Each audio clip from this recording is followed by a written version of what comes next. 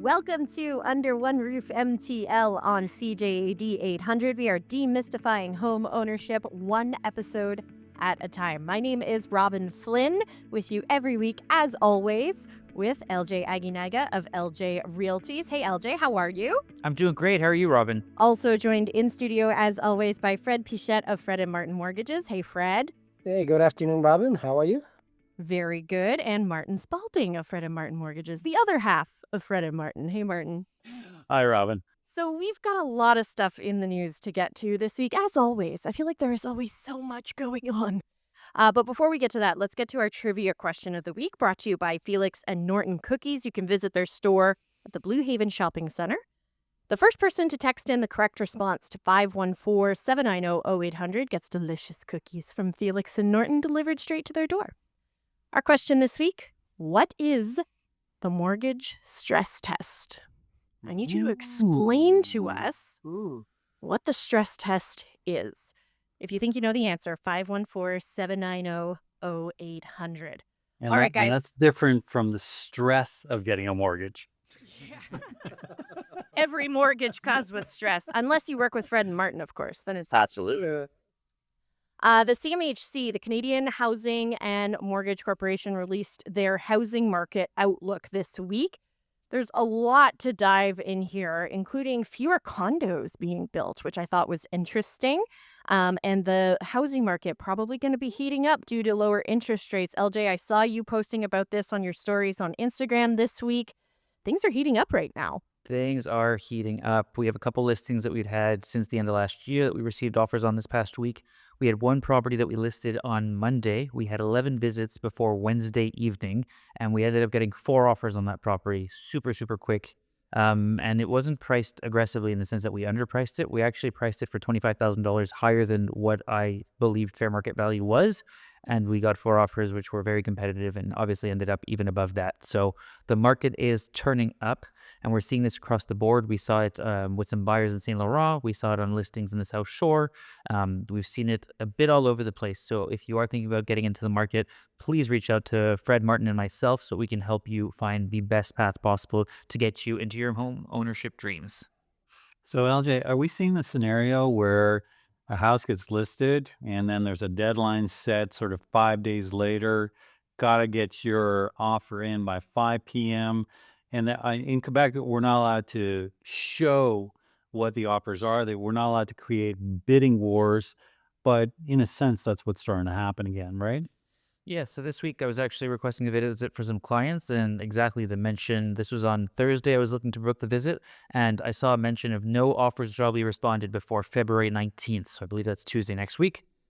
So we're starting to see people list things in that nature, and obviously people at our listing this week were saying, is there a deadline? I was like, no, it's a first come, first serve, whoever comes, and 11 people were able to make it in the first 48 hours of us being on market, so people are taking it seriously. LJ, do you think it's the market is like that because of the lower interest rate that we're having lately, or also maybe the mortgage rule that they're more easier for Canadian to qualify? I'd say we can attribute it to all these factors combined, right? So we have lower interest rates, which has brought people out of hiding, if you will, or off the sidelines, off of the bench, like we've been talking about for the last year, effectively. We've seen that more houses are being listed right now, so we see an uptick in inventory. So there's some more interesting products that are hitting the market right now, which is obviously exciting buyers as well. And then finally, it's the fact that pardon me. And finally, it's the fact that the CMHC did change the rules. So even though out of the offers that we received, I'd say most of them did have a 20% down payment, so they weren't even affected by the CMHC rule changes. There are more buyers effectively entering the market, and we continue to educate people every single day right now. They can put less than 20% down up to $1.5 million purchase price nowadays, and people are still like, oh, I could do that? Okay. So you're seeing people expanding their search a little bit more, and we're seeing people reach new heights effectively. So I'd say it's not one factor, it's all of them combined that are leading to this now. So, Robyn started the conversation by saying condos, too many people are not interested. What's the hot property? Is it single family dwelling? Is it row housing? Is it plexes? Like when you talk to a potential seller or a potential buyer, what is the hot property right now? hot properties right now would have to be single family homes and multiplexes. Those are the two segments or categories in the market that have seen the highest growth in price appreciation as well as transaction volume happening. So those are the two hot ticket items. And even condos away from downtown are doing very well. In the downtown area, those condos are still struggling, is the reality. We had a lot of inventory that was delivered over the last couple of years, and there have not been enough buyers to absorb it, given the foreign buyers ban, as well as the after effects of COVID and people coming downtown for work a lot less regularly. So I just mentioned buyers and sellers. What's your advice for both right now? If you're a buyer, make sure you get pre-approved, make sure you're ready to go. But again, don't feel the pressure. Make sure that you see enough properties before you're ready to make a decision. Work with a broker that you trust, that is reliable, that can really help guide you through the process. Now more than ever, you want to make sure that you have somebody who's experienced, who can help you with all the decisions and really bring all the information to light so that you're not getting surprised through the process, because the last thing you want when you're making the biggest investment of your life is surprises. If you're a seller, I'd say make sure that your home is ready to go. So obviously start with the decluttering process. Make sure you work with a broker who can help you potentially stage it a little bit and make sure that it's going to showcase the best way possible.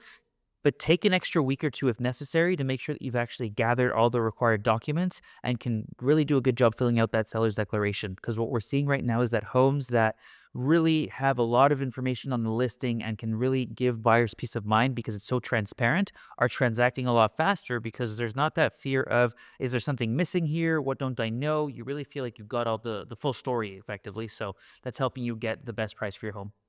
Sorry, Robyn, just one more question, because we were talking just before we started the show about a home that LJ has made an offer on for a client that was staged horribly and that the pictures did not do it justice. Again, for a seller, what's the advice? Or is it the agent that dropped the ball on that? I don't like to point fingers, but I'd like to make sure that We like to point fingers. I want to make effectively whenever we take a property live, I make sure that the photos represent the home in its current state, and it's really representative of what you're going to see. And obviously, what most people don't like is a catfish when the photos look better than the reality. But at the end of the day, our job is to get as many people through that door as possible in order to have the best chance of selling the home for the best price possible in the lowest amount of time. You definitely don't want to have the opposite effect of people not coming to see the home because the photos don't look great, because it's not actually showcasing, and the home itself is actually a lot nicer, better, etc. So my recommendation there is obviously work with a great realtor who has a great team behind them, but make sure that the photographer is excellent and really highlights the value of your home and showcases the reality. And if that means you take an extra week to go to market and you say, I don't like these photos, we need new photos done, then you have to be comfortable having that conversation with your realtor in order to make sure that you get the best result possible. Robyn, can I ask one more? Can I ask one more question? I just want to make a quick comment. I was just going to say it's kind of like online dating, right? You need to present the very best possible version of yourself, but it needs to be an accurate representation too. You don't want to be catfishing people and they show up and they're like, that's not what you looked like in your profile picture. Sorry, go ahead, Martin. Sorry, pricing strategy for a seller right now. Do you price a little bit low to create a lot of activity, or do you try to only get one buyer and get the price that you want? But like, where's the Sweet spot? I hate, yeah, I was gonna say sweet spot, but I use that expression a little too often. So Look, I never like underpricing properties. I believe that we should all have a duty as realtors to make sure that we are pricing properties at fair market value. And obviously, a lot of the time, it's sellers who are looking for a higher price than fair market value, and we have to bring them back down to reality. But my conversations are usually very direct. Let's say I believe that the home is worth $700,000. The seller might want to list for $750 and take his time and see where we're heading with that. I would say, look, the best strategy is always to list for the lowest price possible that you are willing to accept, because that gives us the best chance of having the most visibility to get the most people through the door, effectively getting, hopefully, potentially, a bidding war to happen, playing on the emotional heartstrings of buyers where they have the fear of missing out, that FOMO, and are going to do the best offer possible. That's the best strategy possible. But obviously, then people say, why don't you go a bit under? And we go to 680, and I say, no, because if you go down that road, you have to be comfortable selling at that price. So I always want to make sure we're at the lowest price that you would be willing to accept, because that's what's going to create the most hype for your property. If you're ready to take the hassle out of property management, you can give the Plex Doctor a call. Since multiplexes are so popular right now, you should get some help. 514-709-6397. You can also visit their website at Plex Doctor. That's plexdr.com. Still to come, what should I do if my mortgage is coming up for renewal? We'll find out after we check traffic. This is Under One Roof MTL on CJD 800. I'm Robyn. That's Fred. That's Martin. That is LJ. We are with you until 1 p.m. We're going to talk a little bit more about what we should do if our mortgages are coming up for renewal soon. But Fred, I know you had one last question for LJ on what we were talking about just before traffic. Yeah, I was just wondering if you really see a bidding war out there like happened in the past a couple of years ago when the interest rate was at 2%. Look, it's starting to feel. I told Amanda on our team this week. It's starting to feel a lot like 2021 again. We're starting to get that momentum right now. And again, I, I want to say that we're only seeing about 30% of properties going to bidding wars. That number had obviously gotten to zero for a little while. Had started trickling up to about 10%, but it is starting to tick up at an alarming rate, almost I would say. So that's why I definitely encourage people to get in before the market obviously continues to go off. And I understand that the rest of Canada is not having the same success with real estate right now. But in Quebec, we're always sheltered from what's going on in the rest of Canada for whatever the reason. We're always a little bit different. And that is one of the reasons why right now, when other parts of Canada are suffering on the real estate front, we are quite strong and stable and are going to see a very strong year of appreciation this year. I'm 100% agree with you because for a month of January we quite busy on the mortgage side as well. It's just crazy how many calls we got, how many people wants to know what the interest rate is all about, and obviously they want to be pre-qualified to make their purchase, which is it's actually a good time for, for the real estate in Quebec. And you're about to see, we're going to go over some of those statistics from January in the next segment of the show, and your jaws are going to drop when I drop some of these statistics for you. Ooh, LJ, you're getting good at the art of the tease. So Martin set it up for us what to do if your mortgage is up for renewal in his mortgage minute feature, but I know there's a few different options. I think a lot of people think that their bank is going to send them a letter in the mail that tells them, "Hey, here are the new terms of your mortgage and you have nothing you can do about it." But that's really not the case, right? Fred, Martin, you get that letter from your bank, and do you accept their offer, or should you try and negotiate? Should you look for a better rate, or should you just call Fred and Martin? Maybe they can help you. Well, I think, Robin, the first thing is it's always easier to accept your bank offer. You know, you have nothing to do, they're going to send you an offer, but I would say it's probably not the best decision. You know, every 5 years, if your mortgage comes to renewal, you might have different needs, different expense, maybe had some debts to take care of. And in the meantime, there's other possibility than just to take your early renewal with your bank. Yeah, What don't are be those lazy. other? Yeah, what are Don't be those other lazy. possibilities? Well, that's just being lazy. So you get a letter in the mail and you go, I accept. You don't shop around. This is the biggest investment that you've made in your life, and you're just going to accept what the bank offers you. And what the bank offers you is not necessarily the best deal you can make in the market. So we keep saying it week after week. Start early. You know when your maturity date is. Start early, 4 to 6 months ahead, and start chopping around. So don't accept the first renewal because that's your plan B. That's your backup.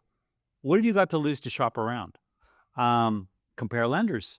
You can consider refinancing. Perfect time to if you're carrying a lot of debt, refinance and use a little bit of the equity to pay down that high interest debt. Look at what the trends are right now, and also what are your future goals? Are you going to stay in the house for a long time?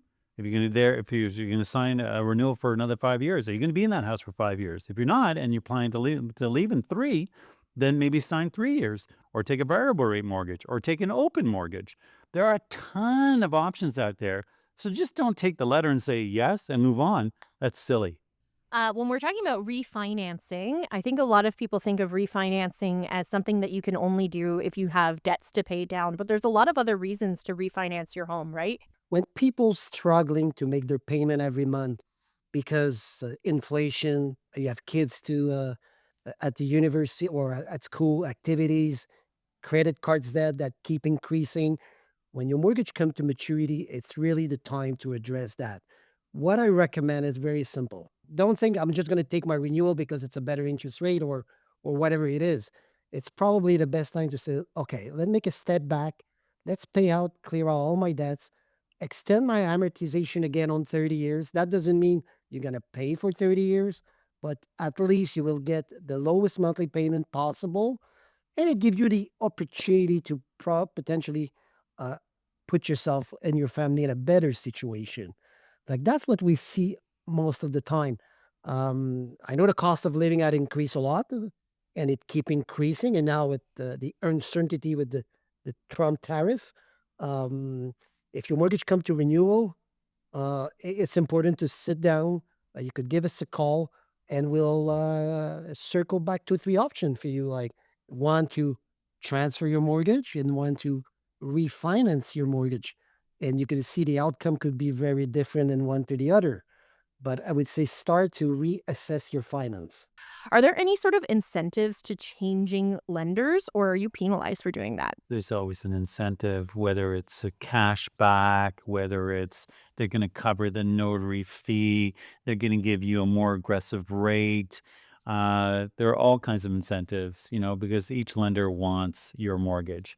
So, follow the incentive, and then you'll follow the path. So, but there are downsides to refinancing because you need to, and Fred has said it time and time again, when you renew, you don't have to requalify. When you refinance, you need to requalify.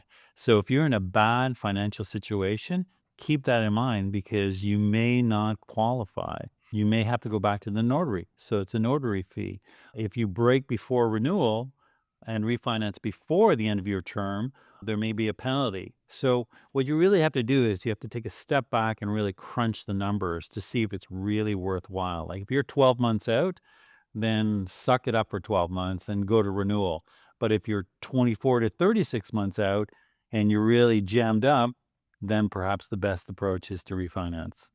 If you're thinking about refinancing, you want to find out what your options are, get in touch with Fred and Martin. Visit their website, fredandmartin.com. Their phone numbers are on the website, and you can get in touch with them very easily. Coming up next, we're going to talk about why Montreal area home sales jumped so much in January and what this means for you. That's coming up after the news. This is Under One Roof MTL on CJAD 800. My name is Robyn Flynn, joined as always by LJ Aguinaga of LJ Realties, Fred Pichette and Martin Spalding of Fred and Martin Mortgages. LJ, Montreal area home sales were up, what is it? Is this true? A whopping 36% this January? That's insane. Compared to January 2024, it is insane. If we even go one step further and we focus on single family homes on the island of Montreal, remember how we were talking about the most hot ticket item, if you will? Single family homes on the island of Montreal were up in terms of sales 55%. That is absolutely insane. People are clearly very interested in single family homes right now on the island, and that is what's led to a price increase of 11% over the course of the last year. So 11%, we're talking double-digit numbers. So to put that into context for somebody, if you bought a home at the average price of, let's say, $550, or even in Montreal, actually, it's closer to $750 right now, an 11% increase, we're talking over $75,000 that you made in equity this past year simply for owning a home. So when people are asking, or what are the best investments and what crypto is doing and how the market is performing for you, those are all great. And there's time and place for all of them. But having your money in your home that is appreciating while you continue to live in it, continue to reap the benefits, and will eventually sell it with the primary residence capital gains tax exemption, as Martin always says, there's no better investment.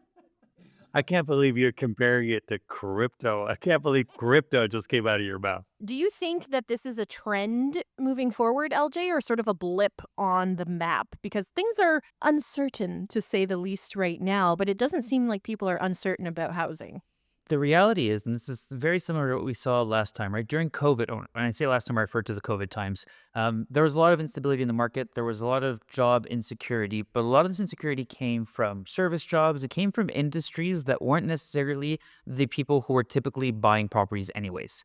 Whenever we have this huge shift and instability in the market, a lot of the times people who have stable jobs, professionals, etc., see an increase in their revenues because inflation adjusts, salaries adjust as well with it. So a lot of the times the upper tier, if you will, gets to profit on this effectively. And as they continue to collect some more money, well, prices of properties are going to go up because they have more spending power available to them.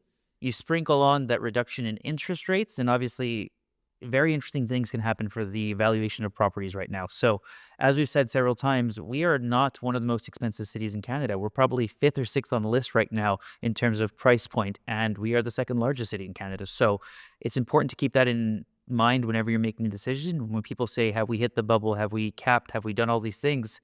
We still have room to grow compared to the rest of Canada, and that's why we're still performing very well right now. If I hear you well, LJ, it's probably the best time to sell and the best time to buy. It's right before probably a, a crazy market. Look, it all comes down to what your next move is, right? Because if you're comfortable right now, I don't want to encourage you to sell just to cash out some money right now. But the reality is, if you're thinking about downsizing, then right now could be a great time because you get to obviously take advantage of the fact that your property has gained a lot of appreciation over the years. You're going to get still a decent deal on a property that's probably a little bit smaller.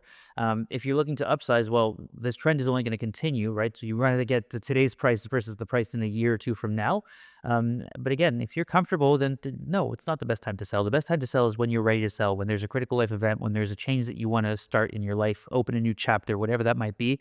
It's not just because the portfolio is doing well that you start selling. This is your home at the end of the day. So it's a little bit different than your classic investments. If you do have a multiplex portfolio and you were thinking about selling over the next couple of years and you can score a great deal today, then sure, you can analyze that and see if it makes sense for you, especially with the capital gains tax that was postponed until 2026. Right now, they kept the old rates. So that's something to consider if you are on that front. So, Robyn, don't tell Fred, but I already told LJ to look out for a farmhouse for me. And I sent him a couple of pictures of what I'm looking for because we've done a couple of deals in Sun, Owl's Head, Austin, where you can get so much property and so much house for your money. I live downtown, and if I sold downtown and I moved out to Austin or to Owl's Head or somewhere in that region, I could be mortgage free and have money in the bank, have land, have an outbuilding, have a principal building, and then be 10 minutes from the slopes. Yeah, but Martin, are you ready for that kind of life? Oh, I am ready. But don't tell Fred. Okay, so let's say that Martin is ready to buy his dream farmhouse in the Eastern Township so he can be close to the mountains and he can go skiing whenever he wants. He can finish negotiating a mortgage for a client and then hit the slopes. What does that process look like, LJ, from the offer and the negotiation to actually getting the keys? Can you walk us through what that would look like? Okay, so let's start at the time that we visited the property and we're excited and we want to make an offer. We found the property for Martin. We're ready to move forward with the offer. That's what I'm talking about. Okay, the first step, which is usually overlooked and forgotten about, we're going to pull comparables and we're going to find out how much we truly believe this property is worth. And then once we've established fair market value at that time, Martin and I are going to have a conversation and determine how much Martin is willing to pay for that property. It might be less, it might be fair market, no, it might be more because obviously there's some emotional value playing into this. Once we determine that price, we're going to decide price, we're going to decide financing terms and conditions, we're going to add an inspection condition to our due diligence. We're probably going to ask for documents to review, including insurance bills to understand if there's any funny premiums that we should be aware of with this property. We're going to ask for certificates of location, tax bills, any recent renovation receipts, any additional stuff if there's environmental conditions that we want to be concerned about, any past reports, stuff of that nature. And then from there, we're going to find out what day Martin is ready to take ownership and occupy this beautiful farm that he's going to be moving into. We're going to put this all onto an offer, including a time to respond by the seller, typically 24 to 48 hours, and then we're going to submit this offer. At that point, the seller will have a couple of options to respond. They can accept the offer and make all of Martin's dreams come true. They can send us counteroffers saying, look, I like your price, but the dates don't work, and we can negotiate a little bit on that, and vice versa. They could also refuse our offer, but knowing Martin, that's not going to happen because we're going to make this dream a reality. And then finally, they could not respond, which is also the equivalent of a refusal. Once we have this accepted offer, we start our due diligence process. We're going to have 15 days for Fred and Martin to put together a final mortgage approval for us. We're going to start our inspection. All of these delays start at the exact same time, so they're running in parallel. They're not separate. We'll typically have about 10 days to do our inspection. We'll get a report. We'll have 4 days to review that. We'll do our document review, like I mentioned. We'll go through all those documents, see if we have any additional questions. And then once we are satisfied with our entire due diligence, maybe we've had a couple other expert reports done, we waive all conditions, and all we do at that point is wait for the notary appointment. And once we show up to the notary, we get to celebrate. In that interim, we're going to book insurance. We're going to talk to Hydro-Quebec, maybe Énergir, Hydro Solution, TV and internet. We'll probably speak to the bank one more time to sign a few final documents. And then we'll have our 2 appointments with the notary, one to sign the mortgage deed. Yeah, I'm going to send the accepted offer to Fred, and Fred's going to find a mortgage for Martin. What if I want to negotiate and I want the donkey and chickens? Is that negotiable? But when we draft the offers as part of our inclusions and exclusions. So we can Okay, so have I can include the donkey and the chickens? you can include all the artwork if you wanted to, the appliances. You can decide what is important to you. The 18th century light fixtures that we found in this barn, whatever matters to you is what we can include. And then it becomes part of the negotiation. I love that. I want to find out what actually happens when you go to the notary, because I found myself when I bought my house before we went to notary Googling, what does a notary do? How do I dress? I didn't know what to expect because I had never been to notary before. So we're going to chat about that coming up after we check traffic. If you're not sure, by the way, if now is the right time to buy your first home, give LJ a call and he'll help you figure it out. 514-500-4040. LJ will help you decide. Coming up, we are going to find out what happens to you when you go to the notary, as well as our property of the week, our answer to the trivia question. That's all coming up after we check traffic. This is Under One Roof MTL on CJD 800. I'm Robyn, that's Fred, that's Martin, that's LJ. We are with you until 1 p.m. Before we find out what actually happens when you go to the notary, it's so mysterious. LJ, what do you have for us in terms of property of the week? Welcome to 3509 Avenue Marlow in the heart of NDG's coveted Westmount adjacent area. This charming, well-maintained detached home is listed at $1.5 million. The property boasts 3+1 bedrooms, 2 bathrooms with bright, airy living spaces enhanced by large windows and a classic fireplace that sets the perfect mood for cozy evenings. Stepped into the functional kitchen and classic dining area, ideal for family meals. Upstairs, you find 3 well-sized bedrooms that invite tons of natural light, while the finished basement adds versatility with the extra bedroom, perfect for a home office, playroom, or guest suite. Enjoy your private fenced backyard, complete with a patio for outdoor relaxation and a rare double driveway providing convenient off-street parking. Located on a quiet residential street, just minutes from the Victoria Village, tons of parks, top-rated schools, cafes, and transit, this home perfectly balances tranquility with urban convenience. Don't miss out on your chance to own this NDG gem. Stop by our open house today from 2 to 4 p.m. We will be serving some Peruvian delights if you're interested. Alfajores and empanadas. I love that neighborhood. You're like 2 seconds away from Vendome Metro, which also has the train station. So many cool shops and restaurants on Sherbrooke Street. The You got super hospital. buses, super hospital, night buses too. If you're someone who likes to go downtown and enjoy the nightlife that this city has to offer and get home safely, there's lots of night buses on Sherbrooke too. Don't ask me how I know that. Before traffic, LJ, we talked about, the process that you can expect, that Martin can expect when he's buying his dream farmhouse in the Eastern Townships. Now, let's say everything is good, conditions have been lifted, offer accepted, we're ready to rock and roll, and now it's time to go to the notary. What actually happens at the notary? What is the purpose of this visit? The notary is there to make you the owner of the property. So the notary has a couple of key roles. First of all, the notary is responsible for making sure that the property you buy is completely debt-free. So all previous mortgages, lines of credits, liens, etc. will be radiated and removed from the public record. They're also going to make sure that the seller who's selling you the property is actually the right person. Now, this may sound trivial. However, through a couple of successions, divorce cases, stuff of that nature, sometimes the paperwork gets messed up over the years, and we want to make sure that there's no issues with title for you down the road. So it's their responsibility to make sure that it is clear title. Finally, he's going to review the certificate of location to make sure that the property that you're buying, that the lot, the fence, the building, etc., isn't suffering from encroachments or weird servitudes, and if it is, to force the seller to pay for a title insurance to protect you and your investment down the road. Now, once you're actually with the notary, you're going to have 2 appointments. The first one is to sign the mortgage deed if you do have a mortgage. And at that meeting, you will bring your down payment typically, and sometimes the adjustments amount. We can go into adjustments another day, but it's a small amount to cover prepaid expenses or revenues that the property had over the last little while. The second appointment that you're going to have is to sign the actual deed of sale. And that's typically done with the sellers in person. Everybody sits around a table or sometimes virtually, and you will go over the deed of sale, which basically just states who the buyer is, who the seller is, what day you're becoming owner, which is the day of the signing, obviously. And it references the promise to purchase, which is the contract that we originally had, to state that all the inclusions, all the dates, all the conditions that were part of that promise to purchase are part of this deed of sale effectively. They don't re-mention everything, but there is a link to it there. And finally, you all sign, you get to celebrate, you probably get a bottle of champagne, and you get to drive into the sunset to enjoy your new property. Yeah, I left the notary's office and then I had to go to work. And it was so stressful because I had the keys to my brand new house. I'm a first-time homeowner. I tell you, I was probably the worst employee ever that day because I just wanted to go home so bad and walk into the house that I owned.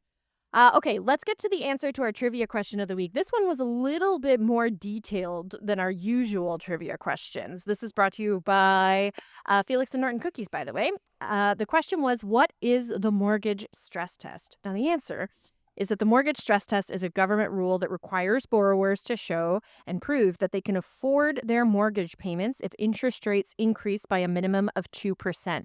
And they always qualify you at least at a 5.25% interest rate. Did I get that right, guys? Yeah, you get that right, but I would like to mention that there's a little change that happened in November 2021, 2024. Sorry, November 21, 2024, that if you transfer your mortgage from one lender to another, keeping the same remaining balance and the same remaining amortization period, you don't have to apply the stress test. You could apply the 5 years fixed rate to qualify, which is to come back again before when we were talking about should I take my renewal from my bank or look at my option. If you're not sure, this could help you to qualify and get a better rate.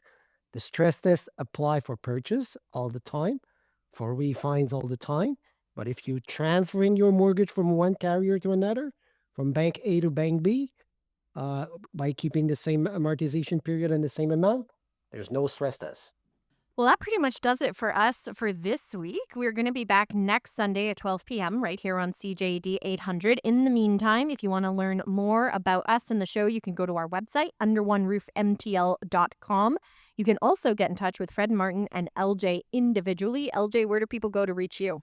Stop by my website, ljrealties.com, or on all socials with the handle LJ Aguinaga. That's LJAGUINAGA, or LJ Realties. You can also call or text me at 514-500-4040.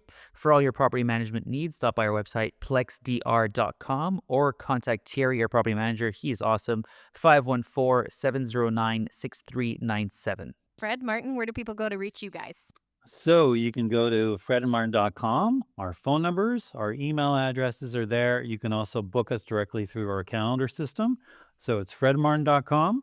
And Fred, where is it? Where do we go? FredandMartin.com. .com. Love it. If you missed anything, you can listen to this show in its entirety and all of our previous shows as well, by the way, on iHeartRadio, Spotify, Apple, or wherever you get your podcasts. For LJ, Fred, and Martin, I'm Robyn. Have a great Sunday.